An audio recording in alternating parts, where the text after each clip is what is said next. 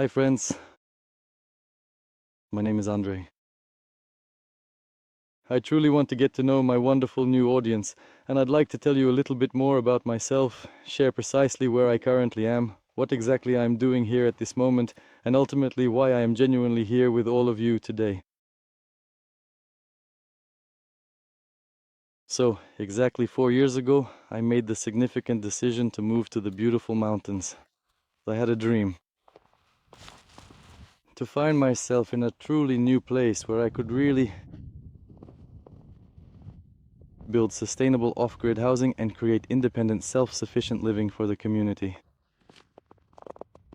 I hope you have a truly wonderful and productive time and are able to work remotely with great ease and comfort.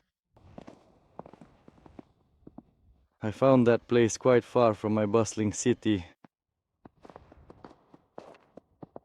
the city of Odessa. I was actually born in Odessa. And that's where I spent my youth and childhood. And my studies. Right now, as you can see, it's snowing. This is a mountainous area. This is the little house where I live. I restored it. It used to be an old house. It's over 80 years old. But it has all the significant advantages of modern city life include consistently heated floors, readily available hot water, and a comprehensive sewage system, which is self-maintaining. Over there is my boiler room. Here, I have a parking space for cars. You see, there are no connections to the city grid. I don't have any. I get my electricity from solar panels. I successfully installed efficient solar panels and also built a robust solid fuel boiler, and it efficiently heats this entire house, which is equipped with modern underfloor heating systems and provides ample hot water for all needs. My nearest neighbors are more than a kilometer away, up on the hill.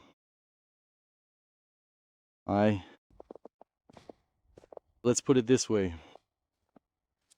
I don't even see them.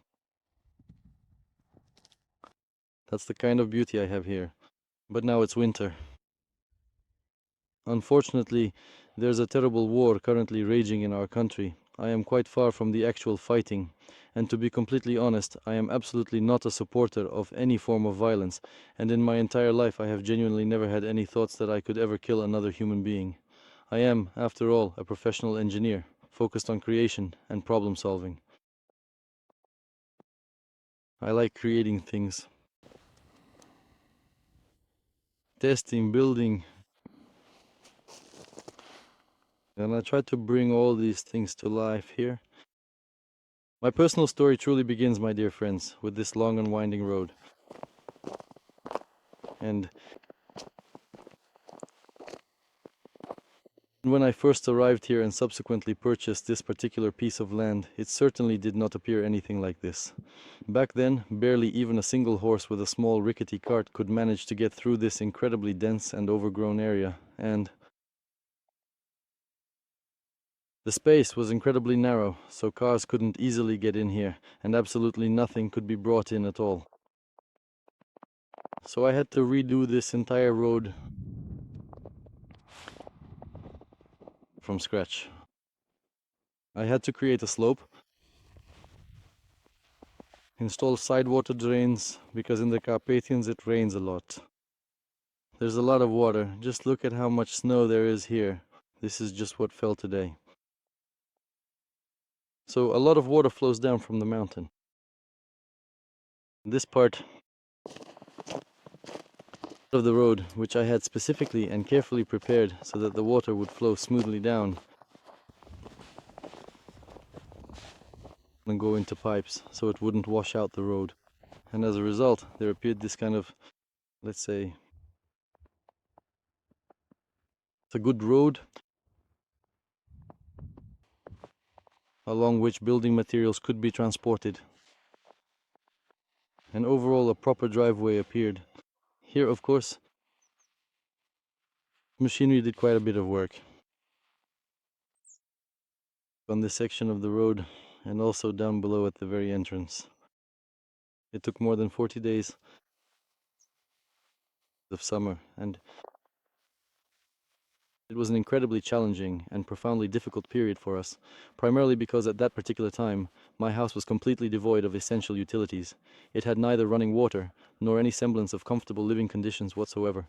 Consequently, we were compelled to spend our nights seeking refuge and rest within the confines of my trusty motorhome, which became our temporary sanctuary during those trying times. It's kind of like the one lifestyle. Life in a minivan. I really liked it. I have a minibus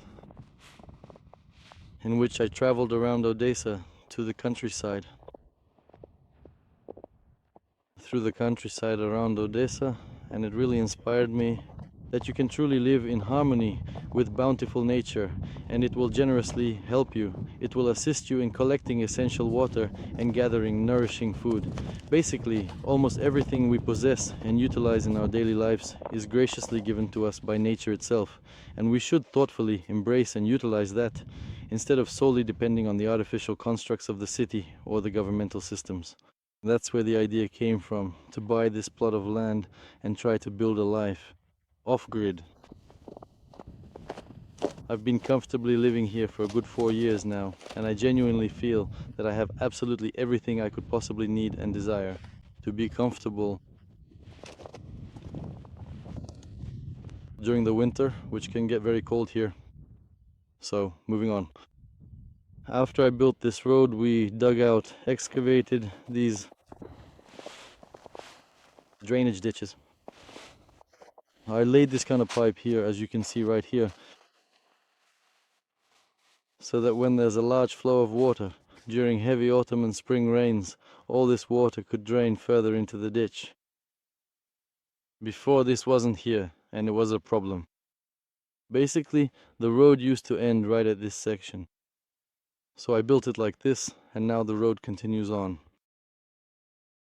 This ravine here, which the very next year after I had personally left that place and subsequently built my own extensive road, I came back here with all of my very own personal equipment, and from this point I truly started to build and create a drainage system, or rather a water intake. And it was from this ravine that I drove in with the excavator. It was really tough too. The machinery was sinking. The ground here is very soft. The soil turns to mud. The excavator kept wanting to tip over. And along this entire considerable stretch of land, how far exactly did we manage to go? From that precise point, I carefully laid out all of the hoses. That's where my water starts, from my mountain spring. Right here, in this precise location, is exactly where I meticulously collect and carefully store it. You can clearly see from this point, it slowly and steadily flows out.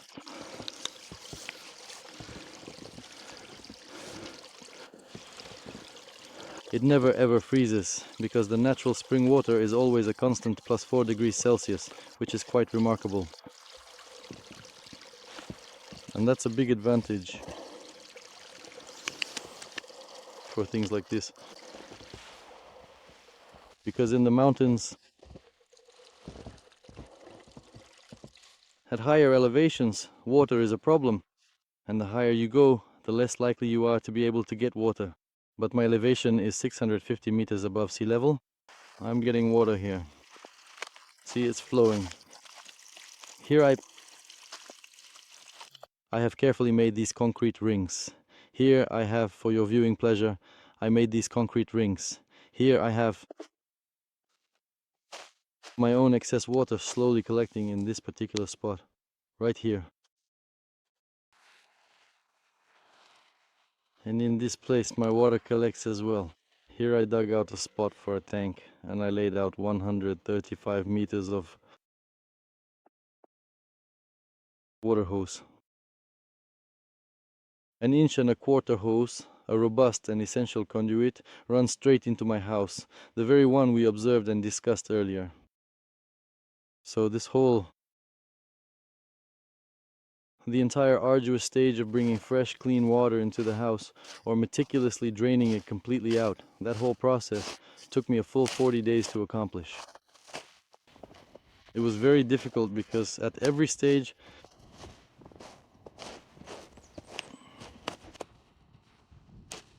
I had to think through all sorts of water treatment facilities and extra faucets. You see, I installed another faucet, which is also shut off for the winter. It's disconnected.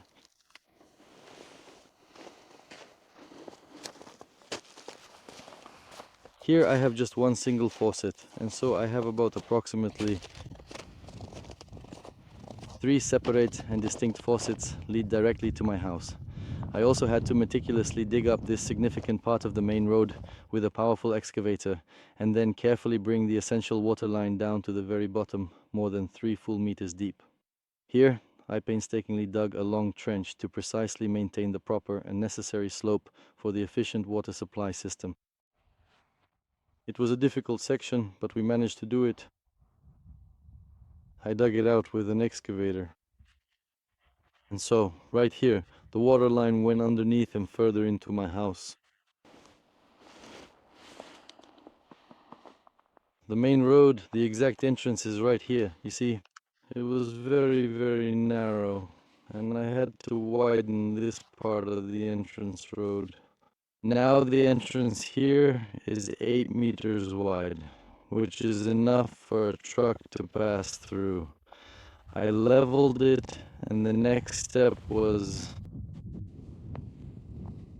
after I brought fresh water into the house, and then I needed to build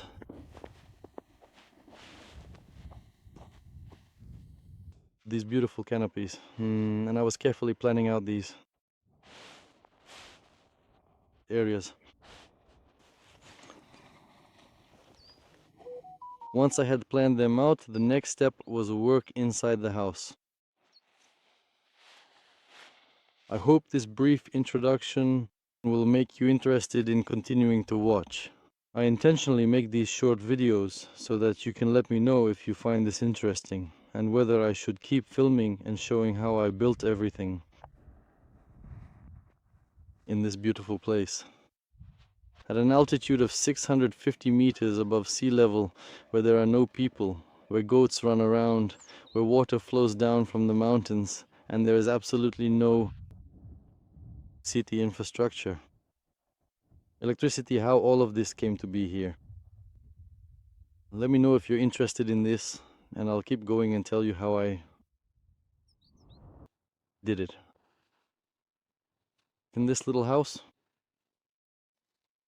how I installed underfloor heating, changed the windows, and equipped it so that you can comfortably live here, just like in a truly modern and contemporary place with all the amenities. So, friends, I was glad to meet all of you. I hope this topic has interested you. Off-grid living is very popular these days, in these challenging times when technology is fighting against ordinary people and people are fighting against technology. Friends, it was nice to meet you. Let me know if you find this topic interesting. Should I continue and tell you how all of this works? About what I've built, how I live here, what I'm planning, and just about my life in the mountains in general. How an ordinary city person decided to live completely autonomously, off-grid, in the mountains,